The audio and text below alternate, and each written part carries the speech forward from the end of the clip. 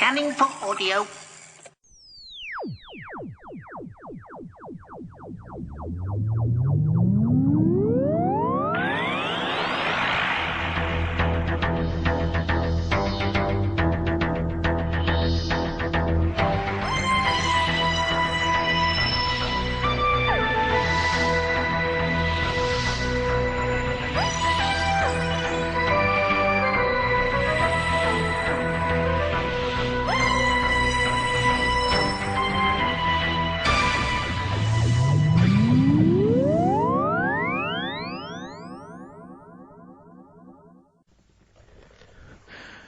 Ho, ho, ho, Merry Christmas from the Tin Dog Podcast.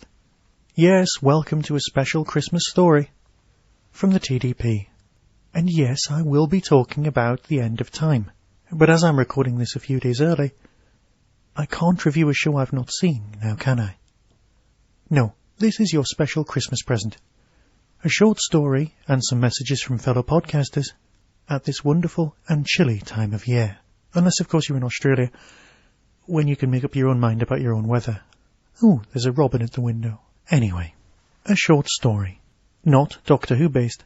So if you're only listening to this for Doctor Who type things, I'll see you in a few days' time, when I'll be talking about the almost end of Doctor 10.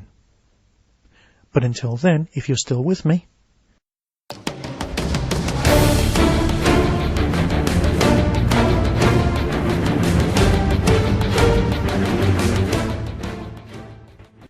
Raining Cats and Dogs. I swear to you, this is the truth. Maybe. The fact that my story starts late in the afternoon on a week where the rain had been falling long enough to soak through your socks and put you in one hell of a mood. My own shoes had mostly dried out by the end of the lunchtime rush, and the small cubicle was populated by the usual bearded subjects. Carl and Siggy were half-heartedly playing chess in the usual booth. My boss, Fred, doesn't mind the old Jews playing quietly as long as they keep ordering coffee and keep their sex chat to a minimum. He's fine. My God, the things Siggy comes out with.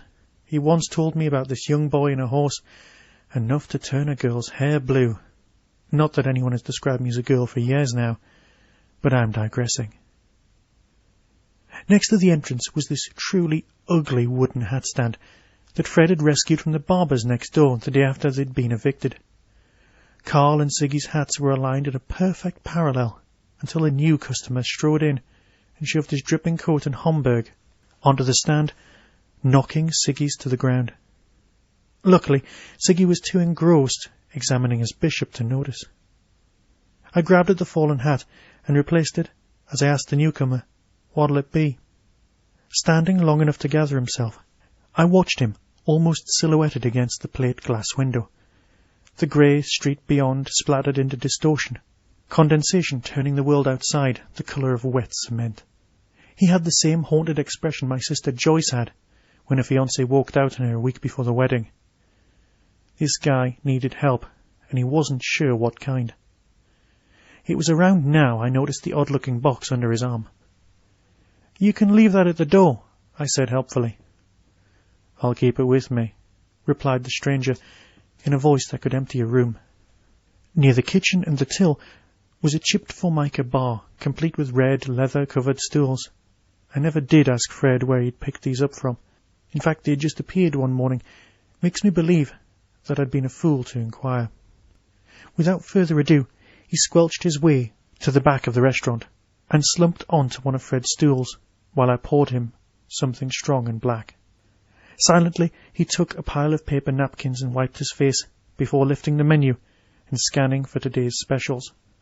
"The onion soup is good today. Fred had told me to push the soup this week, as he had made far too much of the foul stuff. And like the good little waitress I am, I did what I was told." A drop of water worked its way along a rogue hair and splattered onto the counter. Behind me, the blue circular light flickered and buzzed as an out-of-season fly discovered if there truly was an afterlife. In the street outside, an unseen tram trundled past about its business. The bell above the door rang once more as Carl left out a moan, losing another piece to the grinning Siggy. Another man, another box. This box was different, softer, with a mesh window, and it looked like it could have had an animal inside. You haven't seen a cat, have you? Ginger thing. Mine's ran off. He took a deep breath, as if realizing how heavy the rain actually was. A brief smile. Hey, is that onion soup? I've not eaten for hours. The man worked his sodden way to the counter and sat down next to the guy perusing the menu. How about a sandwich, I said to anyone with the courtesy to listen. The first guy looked up, as if I'd just said a magic word, and asked for a cheese number on rye. I told him we were right out of rye bread, but I'd see what I could do. The second guy had seemed so set on the soup, I headed into the kitchen to kick Fred into action. By the time I returned, the guys had sprung up a conversation. Dole didn't even get a look in. Okay, I'll go first, said the second guy with a smirk. What's in the box? Nothing, he mumbled into his mug, and then considered for a moment. Radioactive poison. What? I exclaimed, letting the usual waitress-punter relationship slip for a moment. It's all right. It's a tiny amount. Harmless. Now if you told me someone had a harmless amount of radioactive poison these days, I'd tell you straight. There's no such thing as a harmless amount of radiation. But this was decades ago, and I didn't know better. I did, however, ask him, how can it be harmless poison? Oxymoron, shouted Siggy, and let out another of his girly laughs, as Carl sacrificed another piece. The guys at the counter ignored the occupants of the booth and continued. It's a harmless amount unless... He trailed off. Look, it's easier if I show you. He lifted the suitcase-sized box onto the tabletop, released some metal catches, and removed one side. What I didn't expect to see was a puppy. Curled up in a ball of cuteness was one of the tiniest puppies I'd ever clapped eyes on. It must have been no more than a day or two old. You shouldn't take them from their mothers when they're that young, you know? The other guy said, and I agreed. Oh, that's the least of my problems. Here, let me show you. Flicking more metal catches, he revealed the inside of a sealed compartment at the top of the box. A combination of extremely small bottle, a hammer placed precariously above, a spring and wires leading in and out of a smaller box. And this smaller box was clicking at an alarming rate. He started pointing at various parts and described what I can only call his torture device. It's to prove a theory. What theory? If you can kill a puppy or not? I whispered, feeling more than a little uncomfortable. No, you don't understand, he began, defending himself. I may or may not kill this dog. The other guy was clearly on my side. What are you going to do? Toss a coin or something? No, it won't be my choice. I'm trying to prove how ridiculous the standard vision of quantum physics is. You lost me at killing a puppy, I said, meeting his gaze with a gaze of my own, made of surprisingly high-quality steel. There was no stopping now he had started.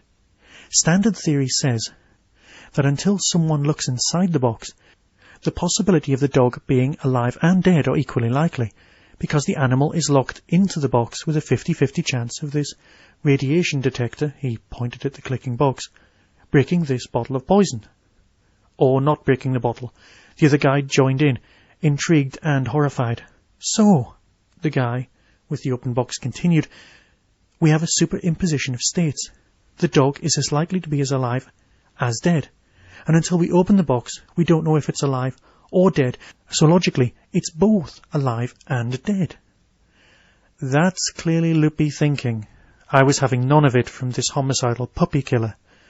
Fast asleep, the tiny dog flipped its tail as we talked. Wouldn't you hear the bottle break? Then you would know if it was dead or not, was all I could bring myself to say. Can't you see? This is where a workable theory of a multiverse comes from. It was clear he wasn't going to let this go. What are you, some kind of magician? Is this part of your act? I hoped. No, I'm a scientist, he declared. As if that would explain everything. Irwin I stopped him dead. Look, Irwin. That looks very much like a machine for killing puppies, and we don't serve sickos like you. I think you better leave. I grabbed the puppy and take your death box with you. Like a spoiled child, Erwin snapped the box closed, started mumbling something about using the other guy's missing cat instead, and headed out of the door and into the rain, stopping only to take his hat and coat. God, some guys are just sick in the head. A joint, thank God, followed by a peal of laughter, came from the booth.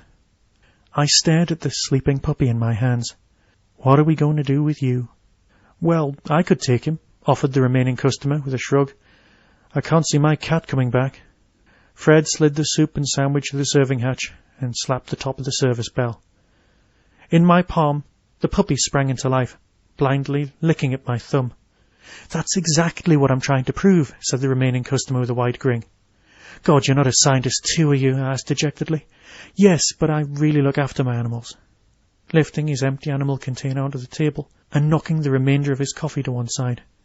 Gently I placed the bundle of cuteness inside. I always like to feed them when the church bell rings. Oh, by the way, my name's Ivan. Ivan Pavlov. Pleased to meet you. True story. Maybe.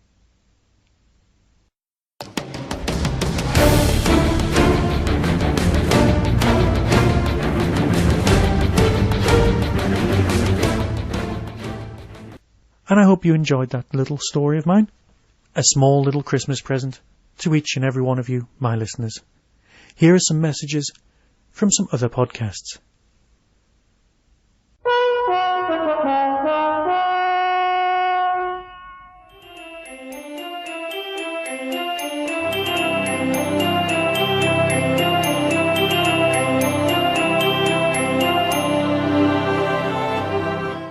Hello, I'm Joe from the Flashing Blade podcast. Hello, I'm Tony from the Flashing Blade podcast. And we'd like to wish everyone at the Insert name of podcast now. a happy Christmas to all of you at home. Oh, yes, we got the cliche in. The cliche is there. Oh, and I suppose something about peaceful New Year, blah, blah, blah, blah, blah, blah, blah. Yes. And don't forget, you can, of course, always listen to us on the Flashing Blade podcast at www.flashingblade.org.uk. Ooh, it's exciting. Is it? Yes. Oh, yes. You haven't heard it. Ta-ta then. Have a nice time. Not too much turkey now. Oh, bye. Toodles. Arriba!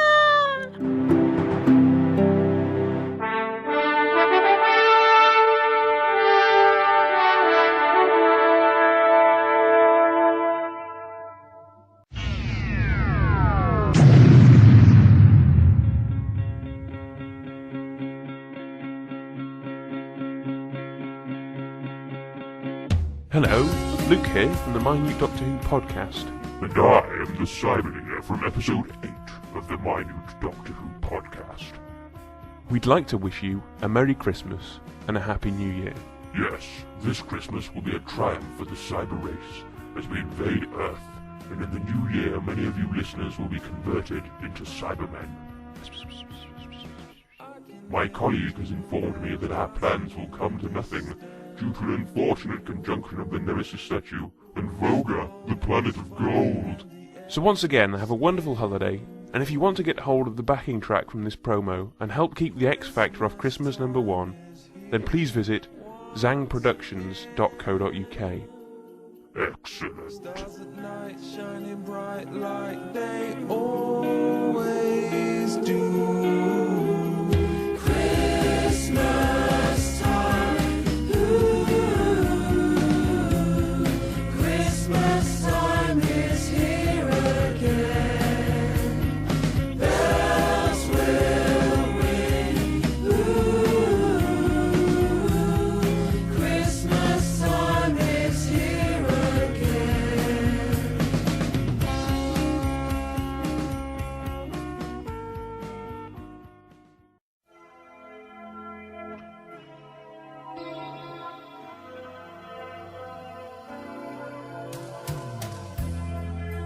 Have yourself a Ho, ho, ho, ho, ho. merry Ho, little ho, ho, ho, ho, ho, ho, ho. Hello to yourself and to the listeners of insert podcast name here. Your favouriteest ever, the bestest one. You may have heard rumours elsewhere that we have other favourites, but just between you and me, you're our favourite.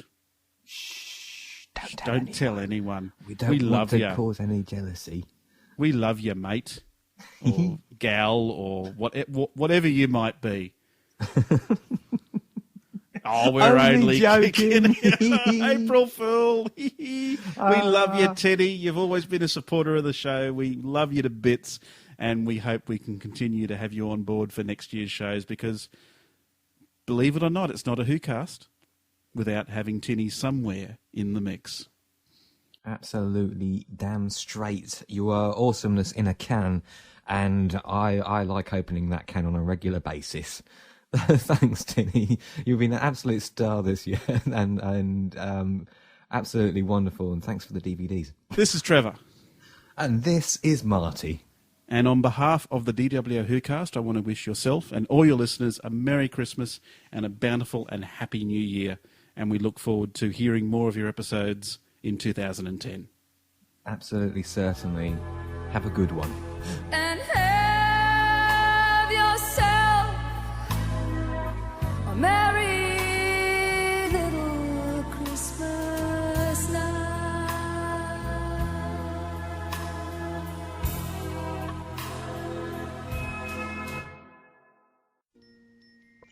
Hi, this is Ian, the Sixth Doctor. Hi, this is Dave AC. From the Cultum Collective podcast. Yes, we collectively like to wish you a Merry Christmas and a Happy New Year from all our podcasters and listeners to your podcasters and your listeners. Well, hang on, Dave. You're telling me there's other podcasts? Next you'll be telling me there's no Santa Claus. Oh, come on. I know you secretly listen to these other ones. I know I do. I know, but none of them have wine. Ooh, wine. Lovely. Time for another glass. Yep. Cheers, Dave. Cheers, Ian. Merry Christmas, everybody. And a Happy New Year.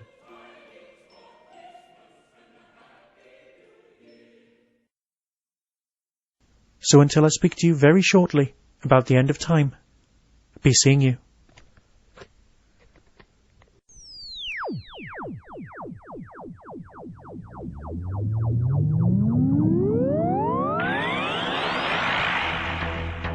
You have been listening to the Tin Dog Podcast.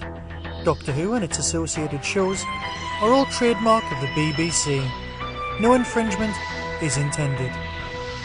Contact us at tin-dog@hotmail.co.uk.